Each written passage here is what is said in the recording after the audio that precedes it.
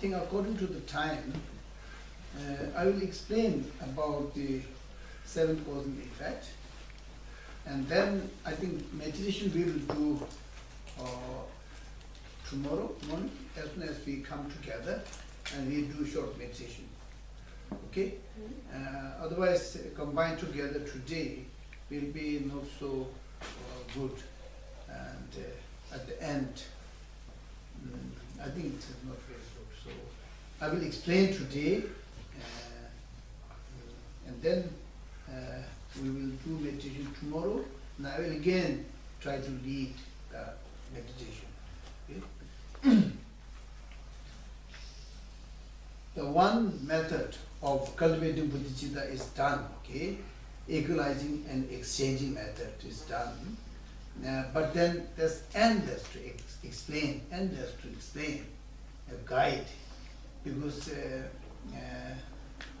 different situation, different mentality, and then giving and taking is also related with the generosity also. And then within the generosity, there's a lot of ethical discipline also. And then we need to use a lot of wisdom.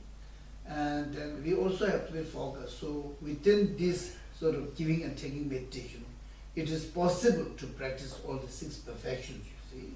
But because of this, you just try to practice what I explained. And maybe time to time you also need to read more books. And so this time maybe not possible to combine all these together. So now I'm going to explain about the 7 cause and effect. First I will count all the 7 cause and effect. And then I have to tell about how we try to understand the life before and life after, which is, even you don't understand fully today, but still at least it will leave some questions, you see. Okay, I see. In this way they try to establish life after life before. And you may say, oh, this makes not so much sense. Some might say, oh, this makes a lot of sense. Actually, it must make a lot of sense. But then maybe my poor explanation or my poor English, maybe I might not be able to give just exact, precise explanation. So, so we will try. And then meditation on 7 cause and effect is done tomorrow, but then it has to be done like one session of meditation on the first stage, and then one session and the second stage and third stage, and then combine together, and then third stage, fourth stage, fifth stage, and then combine together. It goes like this, you see. And slowly, all the 6 steps are so familiar. Then we can go like this, and to the end, you see. And then the ending becomes very inspiring. Then our mind transforms into bodhicitta, which is the effect, okay? 7 cause and effect.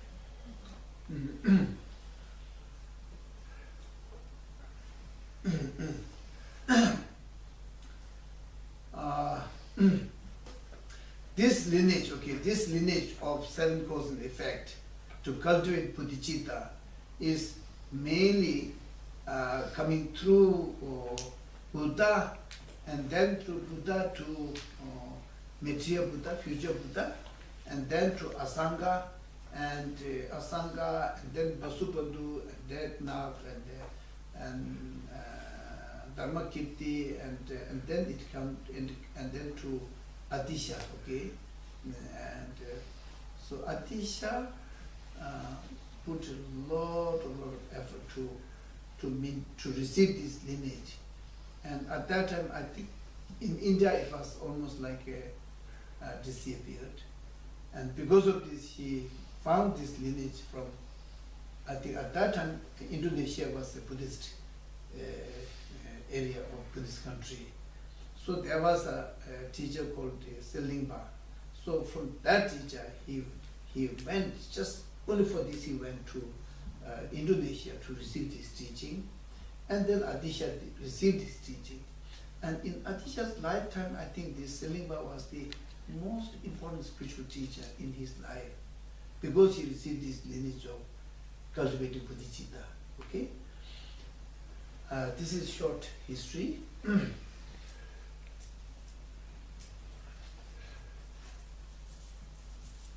And then when we study Paramita, I think I told you about 7 years we study Paramita, which is quite a big text, and which is one side of the teaching of the second turning of the Dharma wheel by Buddha. And then during that time, we have, I think we studied this in the second year. I think we studied about the Bodhicitta. And then the class is called Semje.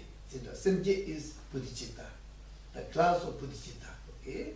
And then during that time, almost like a whole 1 month, we debate about Bodhicitta. Yeah. It's really big area. And then first thing is the definition. According to that text, we say Semje Pani. Semje Pani, Xiandun Chir. That is the definition of the Bodhicitta. Semje Pani means what is Bodhicitta. And then Xiandun Chir, means for the sake of every sentient being, intend to achieve Buddhahood. Okay? And then after that, then he takes to the 2 different types of bodhicitta, which is aspirational bodhicitta and then engaged bodhicitta. Then commentary in Singapata's commentary says that means two aspects of bodhicitta. And then the difference between these 2 bodhicitta, then we go to the again Shantideva's text, which says that the difference between aspirational bodhicitta and the engaged bodhicitta. It defines very clearly. Okay, we study from there. So it has to be taken from everywhere, you see, and then goes everywhere text, and then we try to understand in a big perspective.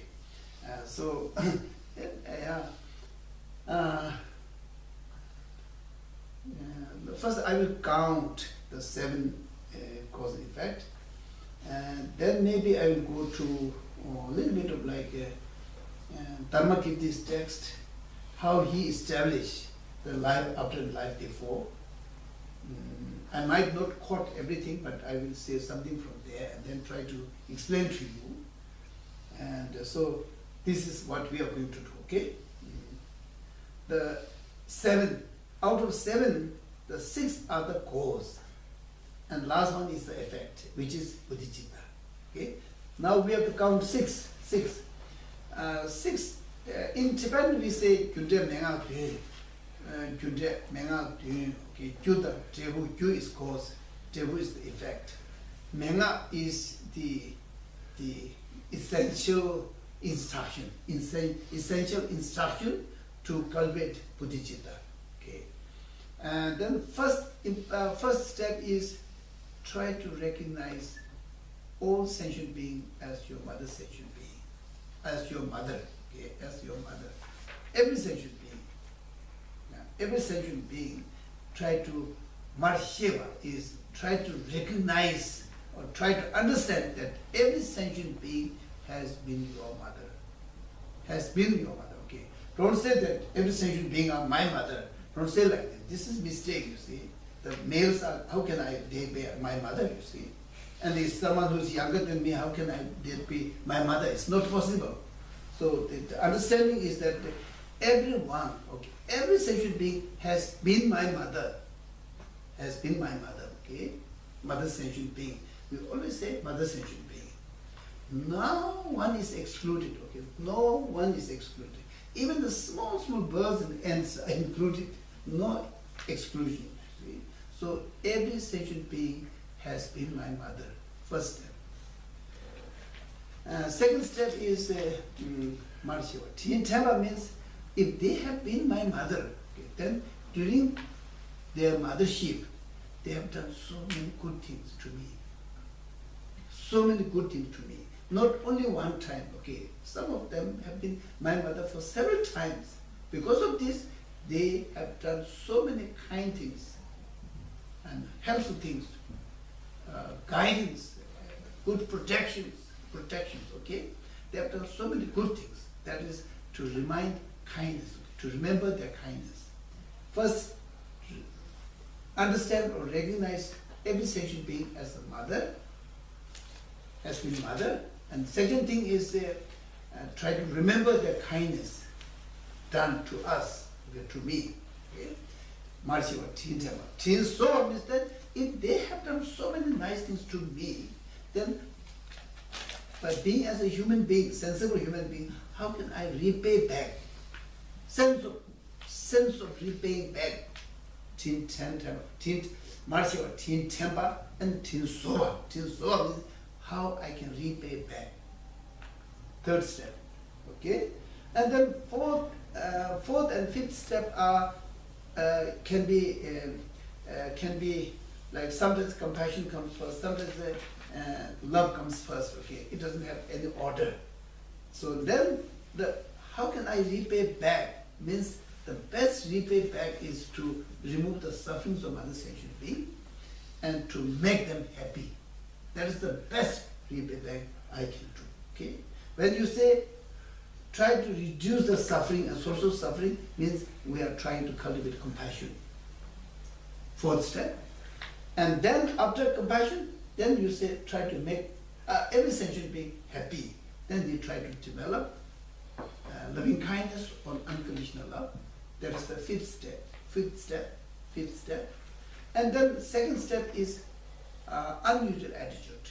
Means unusual attitude means we might think that, okay, the mother sentient being has done kindness to him or her and that lady and that man, why should I take responsibility? This is our normal mentality.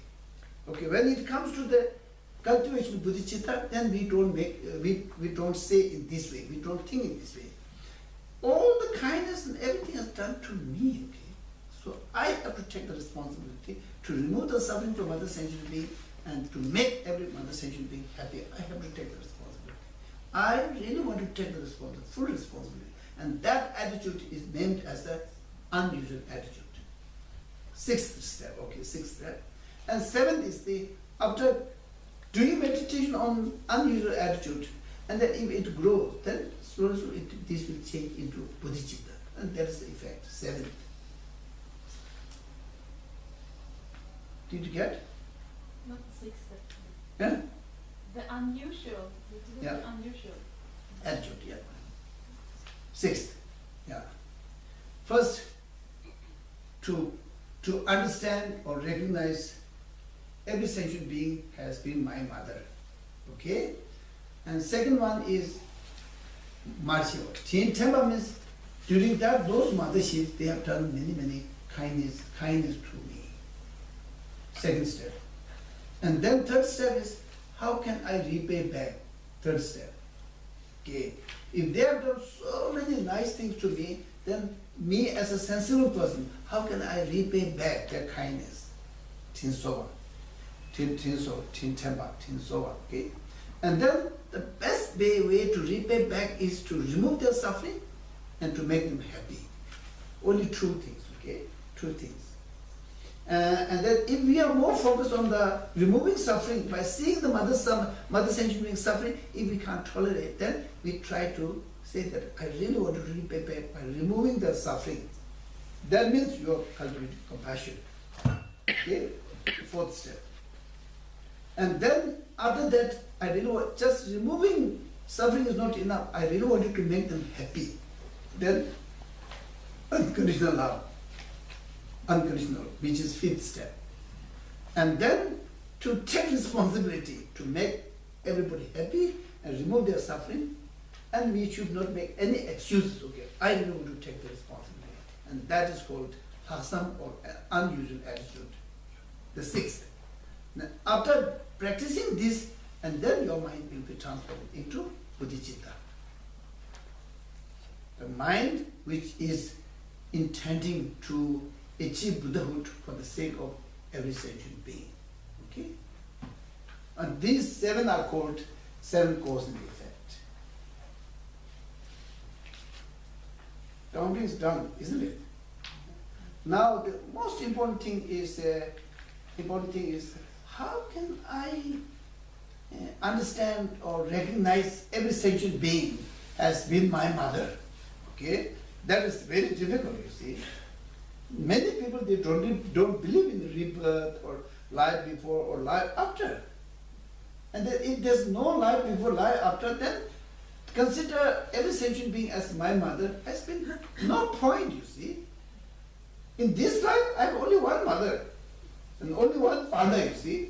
How can I consider everybody as my mother? It's not possible, you see.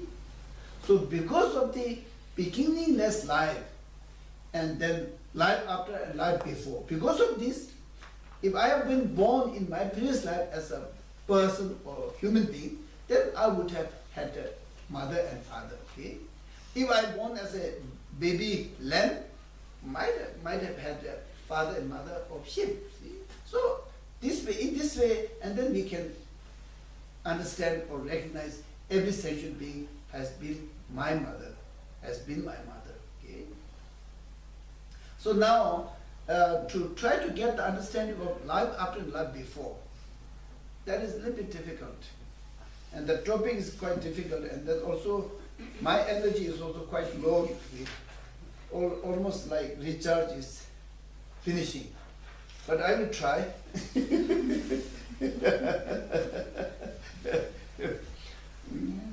Now, try to employ some of the reasons.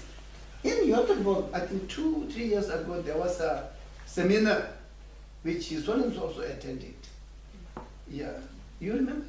Yes, that was a valid cognition. Yes, based on valid cognition. And I don't know how it went, I don't know.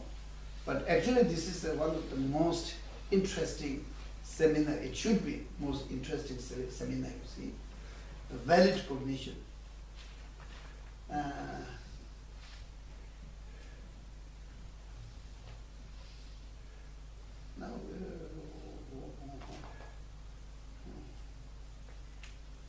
which...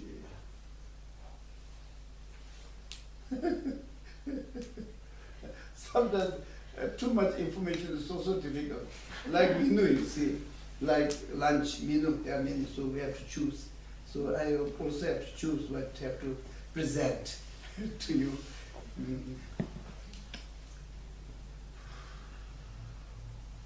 Hardware, software. So which button I have to press?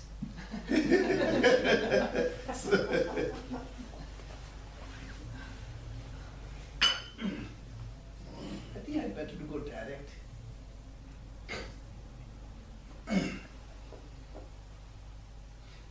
One short explanation, okay? One short explanation, if you like to read, that is in a book which written by Solen Dalai Lama, and he was quite young, you see, maybe 28, 29. And this book, the name of this book is called My Land and My People. And then, of course, within the My Land and People, there's not much. There's some appendix, additional things. One additional is the Tibetan situation. Another appendix is he wrote a very precise Buddhist concepts. I think there are 4 or 5 chapters, okay? And one of the chapter is to establish life after and life before. Very precise, only maybe 2 pages, I think so, 2 pages. So that is also translated into English. So you can read that as a reference. Otherwise, if you read this, the text which is called Valid Cognition by Dharmakirti, then this is very, very difficult. Translated into English. And the translator is a Swiss man called George Dreyfus. And he was a monk studying together. And he speaks very good Tibetan, and he memorized everything. He did just exactly the same as what we studied. He's a very good debater. And so he, one of his dissertation, when he has to be like, if he wanted to have some job in university, then he has to write his PhD thesis. So he wrote his thesis on this valid cognition, and almost he translated, and he added many historical background, and the book which I try to read, but it's so difficult. My English is so less. Only I know in Tibetan, of course, I'm not so bad, but in English. But we were trying to read with Stephen Carroll in United States. We were trying to read, but it's really very difficult because subject itself is very difficult, very difficult. And just say chokju, this word chokju, teje chabai. Okay, this chokju we study about 1 month. Chokju, okay, and teje chabai next year course. This chokju teje chabai. Then it namsum name and chokju teje chabai. These 3 points are the reason. Okay, these are the reasons. Okay, solid reason to prove that anything, whatever is existing, it can prove by this solid reason. You see, valid cognition. Very difficult text. And, we had a Canadian man with us. He didn't speak much good Tibetan, and he was memorizing the English style. Very difficult, you see. And then he studied, and he becomes so confused, and he was very short-tempered. He got very angry too, easily. He was saying, "Oh, this Chandkirti who wrote this text, Chandkirti was very stupid, okay, very stupid. Why he write this so difficult text, you see? He should have written a very simple one." So he was very angry one day because he didn't get the meaning out of this. And then we just slowly, he tried to explain, and then, oh, my anger went down. So, all the Buddhist texts are not that sort of easy. So now I'm taking some part from there to establish life after and life before. And so the logic is like this.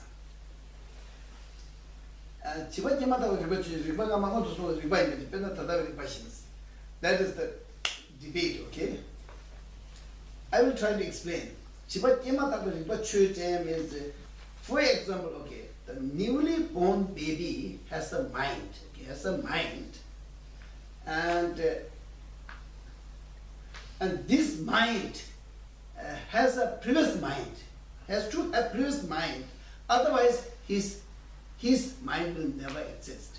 For example, our current mind means our mind, today's mind is coming from yesterday's mind, you see. Because of this, whatever we did yesterday evening, we remember today. Because of yesterday's mind, today's mind is continuation of yesterday's mind. And then, like say, what we did in Bodhicitta, I remember this because the mind is continuation of the mind which went to Bodhicitta, and they came here, and I give talk. And now today we are talking about 7 cause and effect. And tomorrow, again, I will remember, you see. Yesterday I talked about 7 cause and effect and equalizing the exchange. All these are minds, because minds are continuously coming with us, Okay, because of this, this is example, okay. Because of this, the newly born baby had previous mind, okay, previous mind.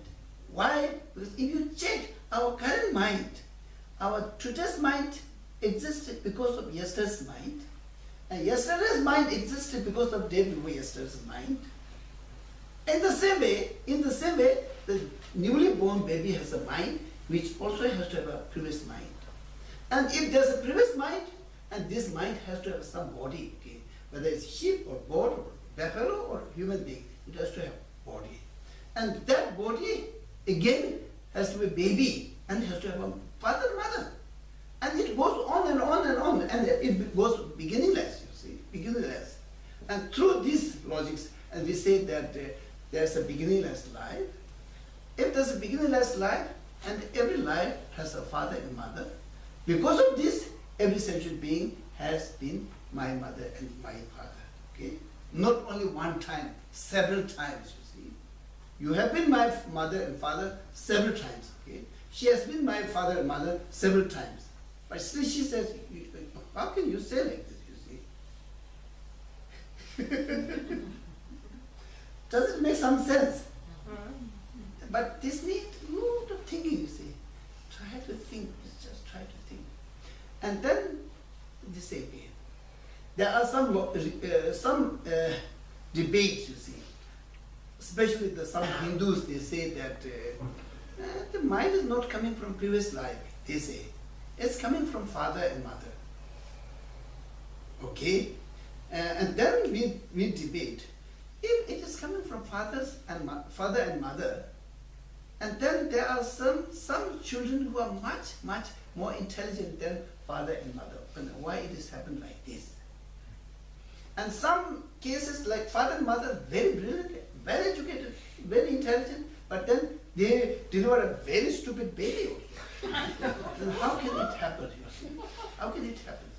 If it is coming from father and mother, and then this is not possible. Okay, these are the debates. Okay, with the Hindu ascetics during the time of Deknath and the Dharmakirti. Deknath encountered a lot of opponents from the Hindu tradition. And Dharmakirti, I think he just explained whatever is written by Deknath.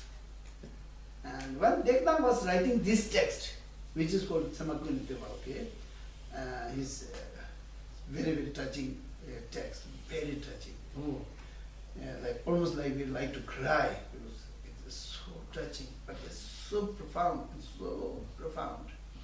He was writing on the big rock, flat rock.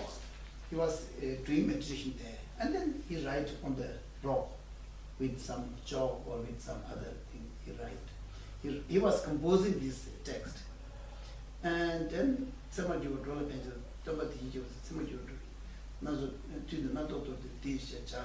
he's writing this, wrote this. And this is a big essence. And then one Hindu ascetic comes and he totally rough, okay, totally rough. And again he write next day, again he rough. And then one day, then he wrote this everything nicely, and on some footnotes, he put footnotes. If you really wanted to debate with me, and you better to show your face to me. Otherwise, don't rub this. Otherwise, don't rub this because it has a lot of meaning and it has a lot of mission. Please don't rub. And then that Hindu ascetic was waiting Deknath. He wanted to debate with Deknath. Okay, he really debated. You see, that Hindu ascetics are very intelligent, very intelligent. If they are existing today, I think we will be really appreciated. They were very intelligent. And then they debate. And they can also play a lot of miracles, you see. And then with the debate, he couldn't succeed. He couldn't defeat Deknath. But then he played some magics, you see. And then Deknath's this yellow robe had burned. And then Deknath was so disheartened and very unhappy. He felt that, okay, maybe this text may not have so much sort of benefit for the sentient being. I thought that this will be beneficial for the sentient being. Maybe it is not so beneficial, okay? And he wrote on a slate, and he said, if it is useful, and then this slate will not fall down on us, and if it is not useful, then it falls down. Okay. And then he prayed and threw to Manjushri like this. And then it was halted by Manjushri. Said that, okay, you should not lose your heart. This will be like an eye. In future, Buddha's Dharma, for the Buddha Dharma, this valid cognition will be like an eye to see everything nicely. So it will be very useful in future. So you have to compose this. So because of this, we are in Tibet, we have a place called Jam, so where we go to study this text, especially go there and debate, because then people really change into huge sort of jump into the debate skill. So this is just a little bit history. The main essence is there are few logics, but we are taking only related mind, because that is much easier, and what I explained is much easier and more more profound. Okay, others are a little bit difficult, you see. So we hardly use other two. We hardly use, but this we often use, and his is also used in that book. So now it is like this. As a human being, we have a body and mind. True, okay, we have body and mind. Okay? And body is definitely coming from parents. Body is coming definitely from parents, okay? And the mind, where is the mind coming from? Now that is definitely not coming from parents, you see. It's coming from previous life. And so why? Because if it is coming from this life, these parents, then as I explained, there's a lot of loopholes or mistakes that if the parents are very stupid, the children sometimes very intelligent. If the parents are very stupid, so it is like cross. It cannot be like coming from the parents' mind or parents' part of the body. You see, it's not possible. So now we study about the nature of the mind. We study the nature of the mind. Nature of the mind. Can mind be possible to produce by material things? See, just think. Like we have so many chemical things, you see. I studied chemistry up to class 11. I studied chemistry and also studied physics and a little bit of biology and mathematics. I have a little background, you see. And so by mixing all those chemical things, can we produce a mind? It's absolutely not possible. Why?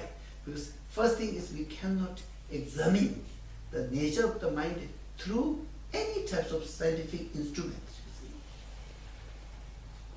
see. Any types of sensitive scientific instrument cannot examine and cannot tell exactly what is the quality of compassion, what is the component of loving kindness, what is the component of wisdom. It's impossible to tell by scientific instrument or chemical reactions, you see. It's not possible. Why? Because mind is formless, okay? All the things which are done by the scientists has to have form, you see. Has to have form, and then they can only explain whether it's liquid or solid or whatever. Okay. Then through this they can tell the nature, what is the composition, where it is coming from, they can tell, you see. But mind is, it's impossible by examined by scientific instrument. Therefore, okay, this is one reason. That is why the mind cannot be produced by material things. Yeah? If it is not possible to be produced by material things, then it cannot be produced by the father's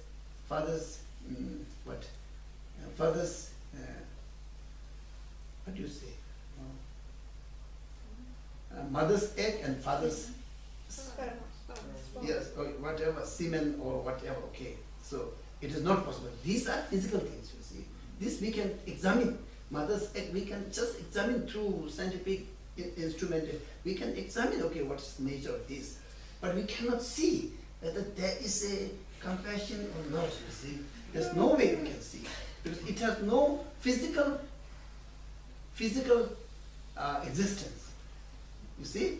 So because of this, and then the newly born baby's mind has to be coming from previous mind. Otherwise there's no other factor which can produce mind of the baby. Like our mind, okay, like our current mind. Today's mind is not coming from the bread what I ate yesterday, or lunch what I ate yesterday, okay? It is not coming from there.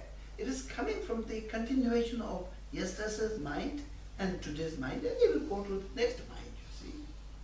Now my mind is about 66 years old. It goes back, you see.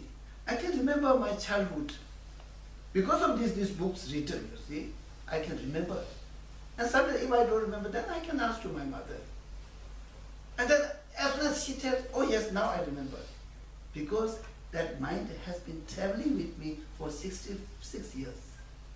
If I develop, again it will develop in the same way.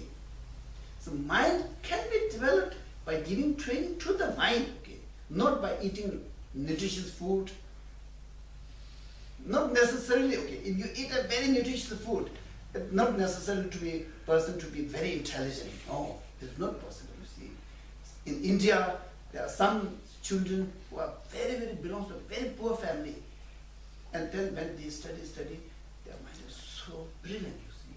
Especially with the computers, mathematics, they are really the brilliant mind. They are brilliant mind, you see. It's nothing to do with the food. They just eat rice and dal. So in this way, we have to establish life before and life after, okay? Does it make some sense? I really try, okay, this is a very difficult part of the seven causes effect.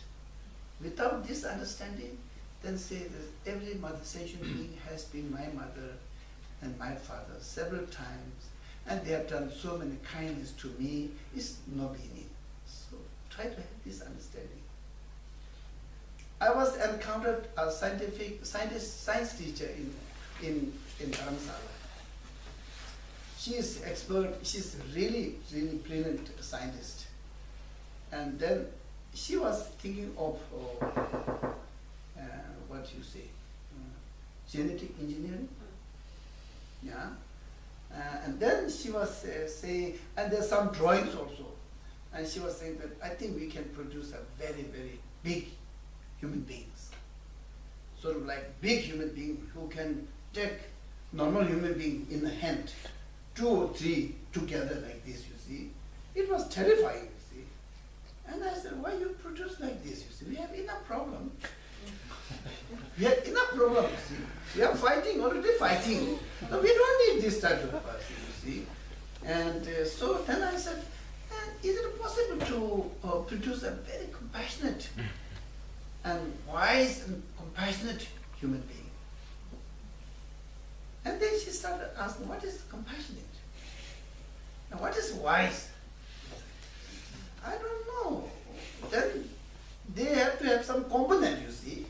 They have to construct very compassionate human being, they need all the components, you see. And by making these components, and then they will succeed to make a very compassionate human being, which is not possible because they have no idea of compassion.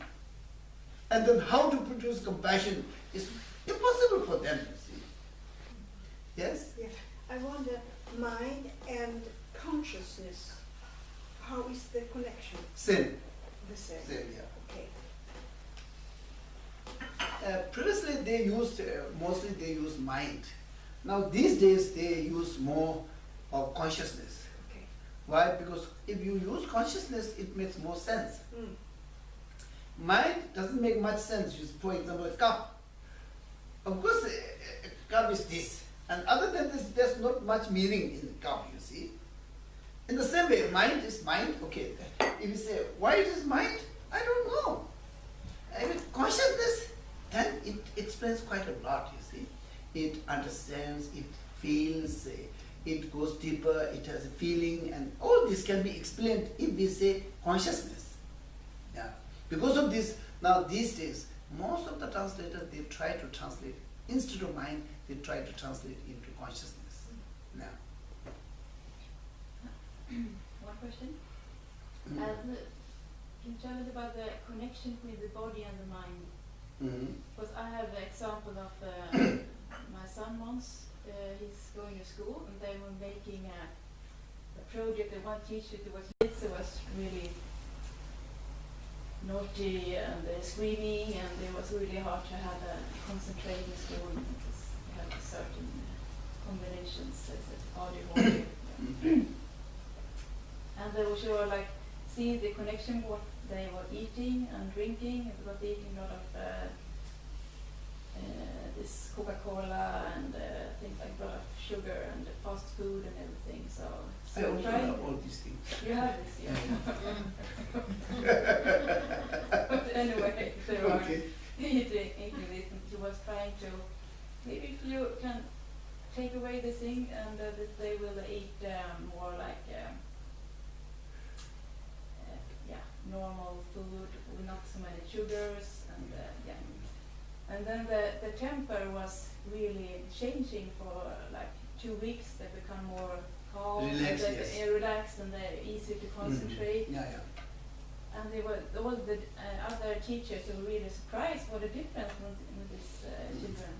And then they were having a holiday for 1 week, and the parents was like giving them this Coca-Cola and burgers and whatever they eating. Yeah. And they come back after this holiday, and they was completely in the way Changed, they were. yeah. They were screaming and hard to concentrate, and Yeah, and this is like it seems to be a connection between mind and body. Yes, yes. Connection, definitely. And Definitely. I mean, like also the food has a. I mean, in the yogic tradition, then you talk about the tamasic food and ayastic food, and how this some food really. In fact, yes, definitely. There's no question, you see. In fact, definitely, mind can be affected by the body a lot, you see. And if the body is very healthy, mind is also can be more healthy.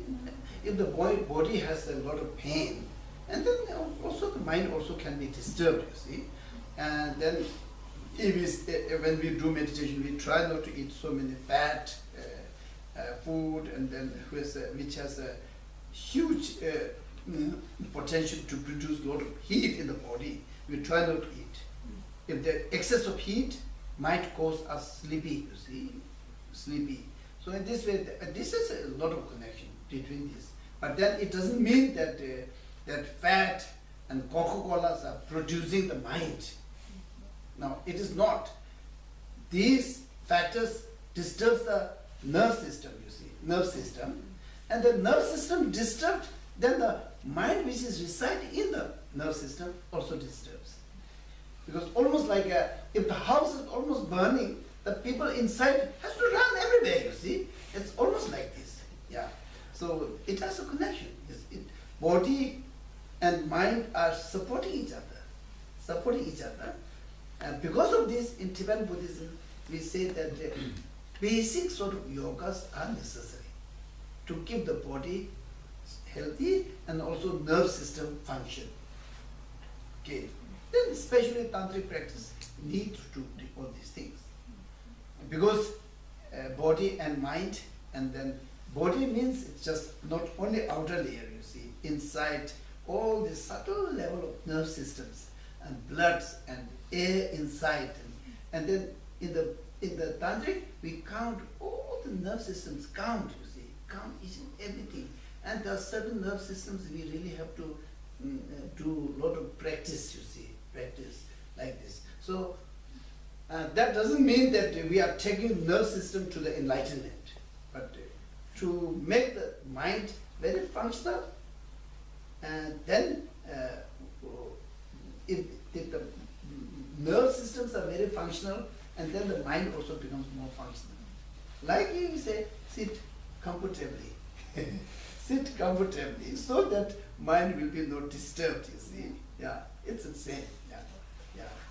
Yeah.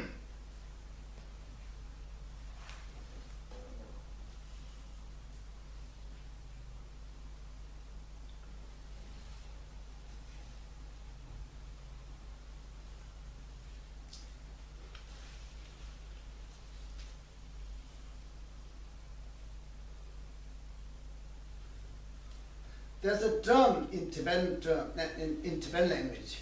We say nyele and kenjitike.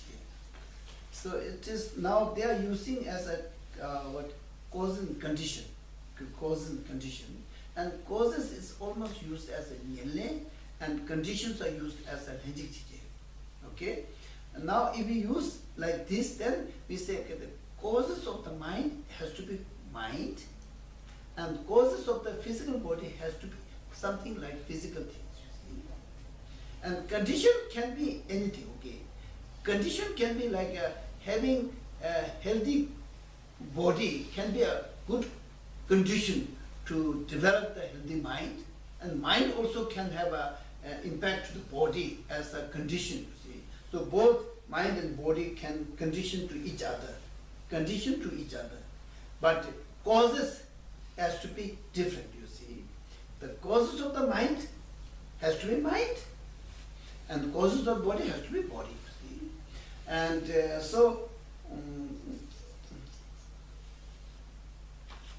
that is enough, I think. And now I'm a little bit tired.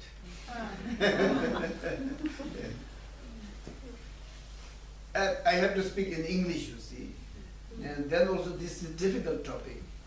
And I'm really trying with hand and word.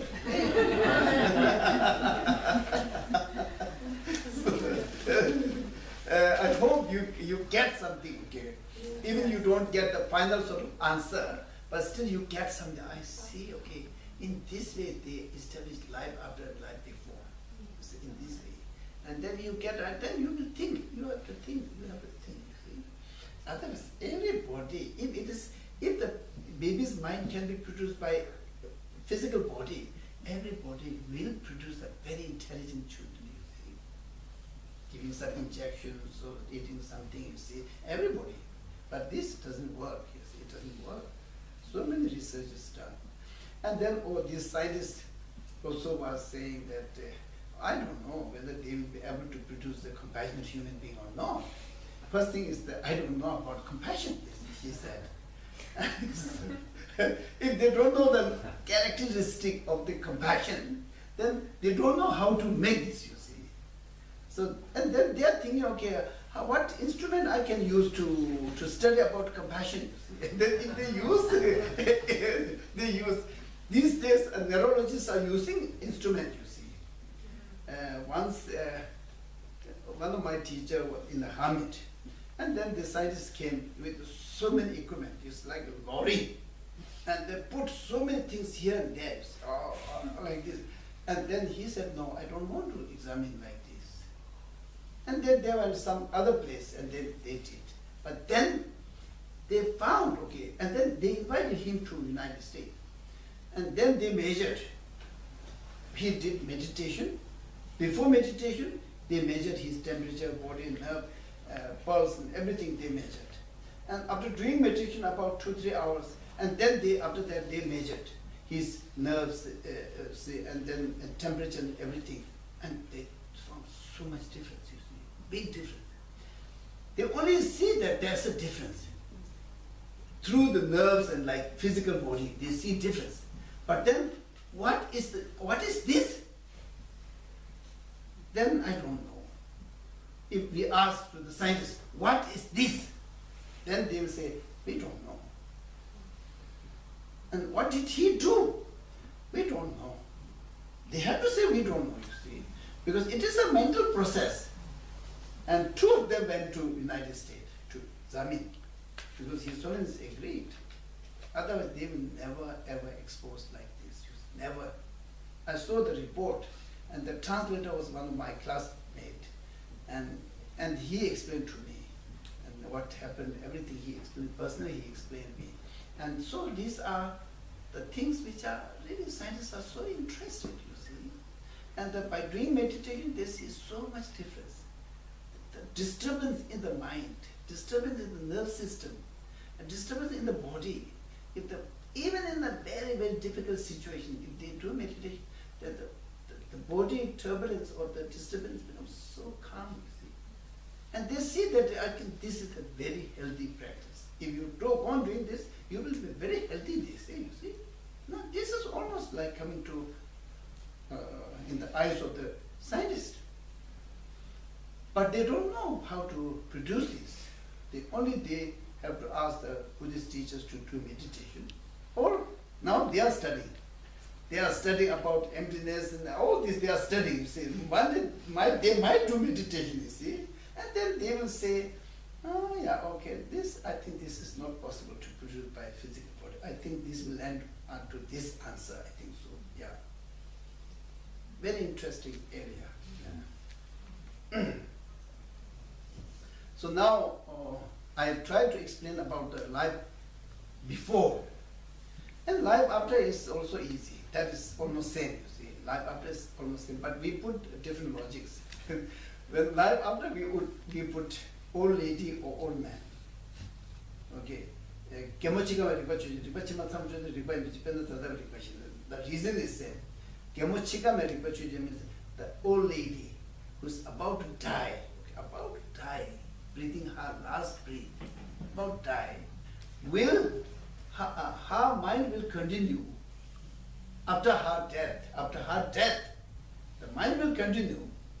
Why? Because like our mind, today's mind will continue to tomorrow's mind, you see. In the same way, this old lady who was about to die, her mind will continue in the next life. Example is same, you see, same. So in this way, we establish life after life before, and Chandakirti, Devnak, and Chandakirti, Dharmakirti are very, very intelligent person, you see, very intelligent. And yeah. So we have to say it must be true. So I try to explain. If you don't get the point, then we say we believe. So every sentient being has been my mother. Okay, has been my mother not only one time, several times. You see, several times, and then during those mothers, we just go on collecting the milk I took from their breast. If we just collect in a bucket, okay, it will be like this venom lake. Yeah. One of the biggest lake in Sweden is venom. Yeah. So venom, and then bread we ate will be like a mountain. See, and so in this way, the mother sentient beings are so kind. You see. First thing is try to understand that they have been my mother is so important, and it has a lot of logic. And then during the mothership, then how much has been done for me, you see. It's like a mountain, you see. The milk I drank, a mountain. The food given by this mother sentient being is like a mountain, you see. And clothes I used is mountain. Because of this, mother sentient beings are so kind, you see, so kind. And there's no way I can ignore, you see. They have done so much, you see. And then we feel like how I can repay back. If they have done so much, then how can I repay back? As a sensible, well-educated, decent human being, some people might think that this. Today, okay, these days, there are some youngsters, they say, they made us just because of their enjoyment. What is the thing? They say in this way, very bad thing.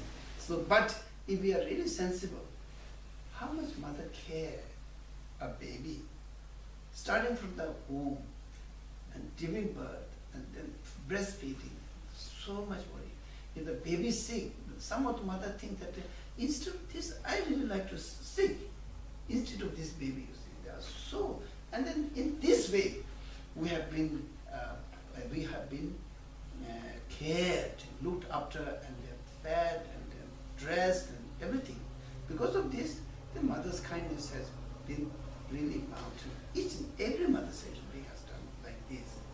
Therefore, and then we have to take the responsibility to repay back kindness of the mothers.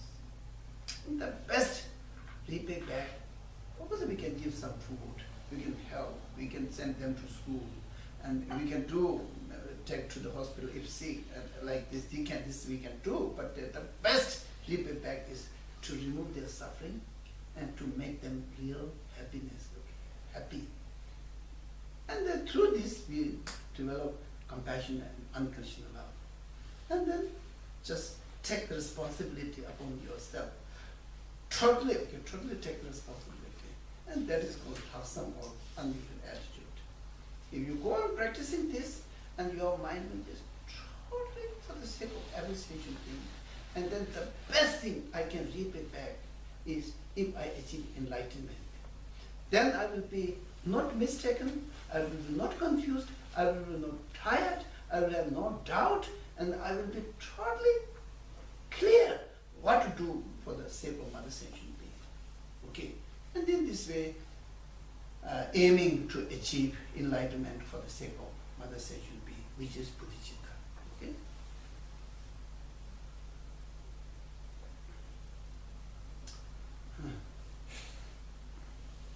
Enough is enough. One or two questions. I'm sweating.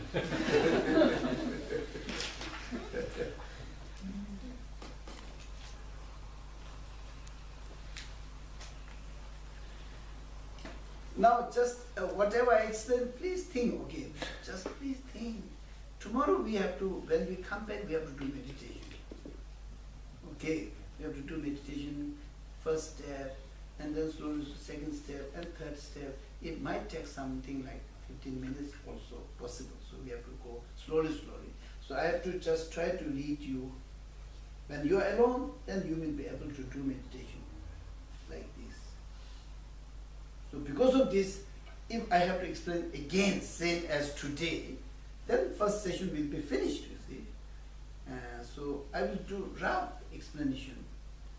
And then you have to also recollect all the things what we have done today at your home. Yes? What is the question? Some question? Yeah? When it comes to mind, Yeah? some speak of the location of the mind, usually being in the head. Location Yes, in the head. yeah. But I have come across texts and even a few religions who point out the mind being in the heart. According to my religion. No, to some. Okay. Like Vairocana speak. The mind is in the heart. I see. What is your understanding? I think we go to GBS.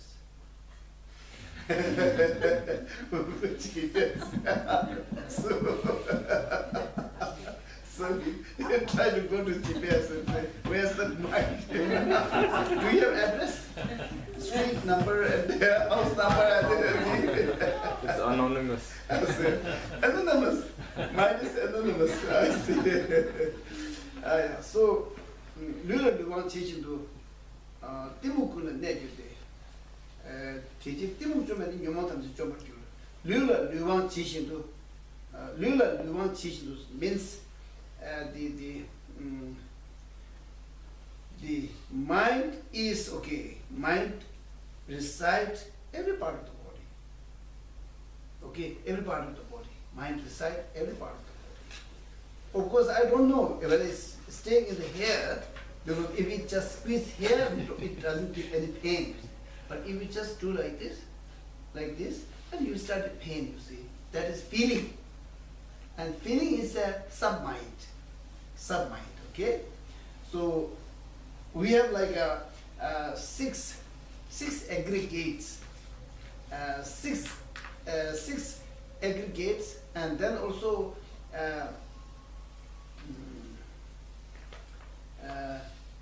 one main mind, and then 6 main minds, and many sub-minds. Okay, we count about 53 sub-minds. 53 sub-minds. So I consciousness, which has also one main mind, and then around I consciousness there are sub-minds. Okay, at least like say 5. It is necessary to exist one main mind. And then also like body, also we have like one consciousness, which also mainly functions as a feeling, you see, feeling. Yeah.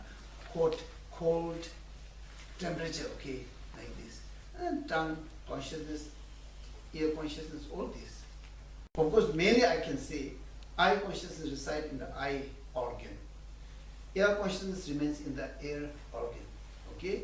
You can say like this. But then it is functioned by the main mind. which is reciting every part of the body. Yeah. It's not only in the brain, you see. No, it's not only in the heart. Because they just try to examine, you see. They take out the brain, heart, and then we collapse. Oh, mind is residing in the heart. And then they damage the brain. Oh, then mind collapse. So I think mind is residing in the brain. This is really not a valid reason, you see. Yeah, that is not valid reason. Yeah. Yes.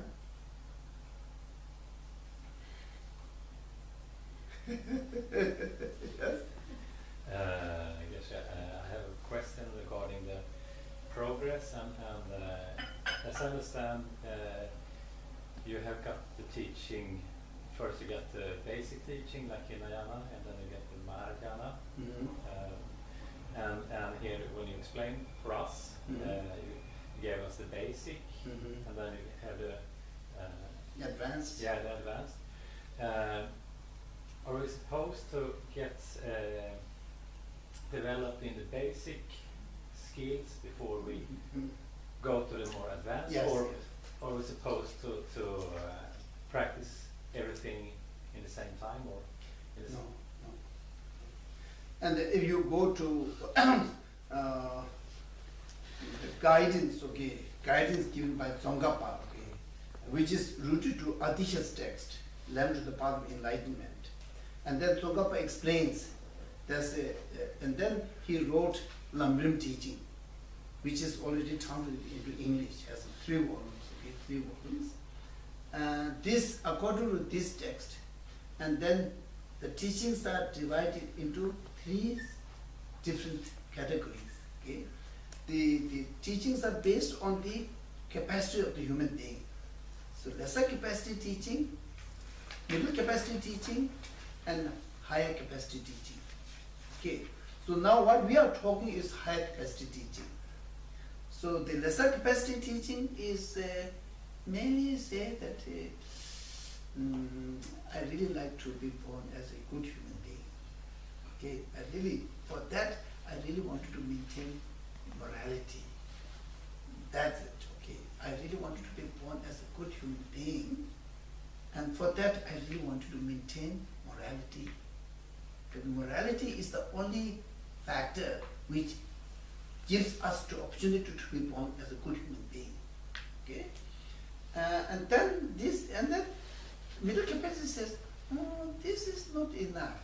Even we are born as a good human being, still it has got a problem. And until it dies, it gets old and then sick and then dies. See, so this is not a worth trying. So I need to be free from there. And then the middle capacity teaching comes to achieve nirvana, to be free from samsara, okay? To achieve nirvana, it comes. And then in Switzerland there's a chocolate which is called nirvana. So when you eat this, really achieve nirvana. Nirvana, okay? And then that is, I really wanted to be free from samsara. I wanted to achieve nirvana. Nirvana is totally free from suffering and sources of suffering. Very blissful, okay? Just sitting in meditative state, you can stay like hundreds of years, you see. No problem, no tiredness. But then started thinking, this is only one person. Oh no, I should not do like this. This is just only benefit for one person, okay? That is not okay. So then started teaching the greater capacity teaching, which is Mahayana teaching. Then talking about this compassion, loving kindness, Bodhicitta, all this. These are really advanced teaching. We are talking about very advanced teaching. I don't know where we are, we don't know, but we are talking about the really highly advanced teaching. The most difficult teachings we touch today. Spiritual talking is okay, practice is very difficult. To reduce self-attachment, you see, to remove self-attachment, which is, according to this teaching, this is the source of all the problem. This is a garbage, you see, which we have been treasuring up to now, you see. And then try to love others much more important. This is the source of happiness. This is a big thing, you see. And then this is called greater capacity. Capacity means the person who grows, practice grows, and then that person can hold or practice because this has a capacity. Greater capacity, little capacity, lesser capacity. Yeah. And then whole Lamrim teaching, okay, up to like enlightenment, is divided into these three sort of teachings. Yeah. And so it is very systematic in Lamrim, very systematic, and it is rooted to Atisha was an Indian teacher, rooted to Atisha's teaching, and then to many references from different Indian teacher and Buddha's teaching. It's a full of reference there in Lamrim teaching. It's very profound here. Now this is translated by a group of Western translators, and now it is in English. Yeah. Yeah. So we are supposed to develop in, for example, to the renunciation. We are supposed to develop before we're going to Tonglen or going to yes. Yeah. So that I was talking about the precious human life. Yes. And then impermanence. Yes. So before that, I think there's a guru devotion which I didn't talk this year. And then after that, and then precious human life, how to make meaning in life. And life is impermanent. Yes. And then the Tsongkhapa's three principal aspects says that Tenjoniga tsela nome ba ila ko tsil na shete. Yende bilu koya do yang yang chime na shete. Tidar ko koya bilu imuge chi na meji. Yenze bilu tarba to ni chungna tede ne juke wala. That is to develop renunciation. Oh, this is precious human life, impermanent. Samsara is full of suffering. So to be free from there, and then the determination to be free from samsara. It's all these talks two aspects of teaching: lower capacity and middle capacity. And after that, then he jumps to the greater capacity. Yes, we have to go really slowly, beginning, and then lay the foundation. And I was trying to talk like this because we are quite new to each other. Because of this, I'm not sure where and how. And then we were intending to teach, to practice, you see, not like intellectual knowledge. That is why, to me, it's much more difficult. When I talk about the perspective of practice, then it's much more difficult. If it's intellectual, I can give like a lecture in the universities, and just I don't have to think of so many practical things. Yeah. Yes, you got the essence. Yes. Yeah. I say some prayers, okay?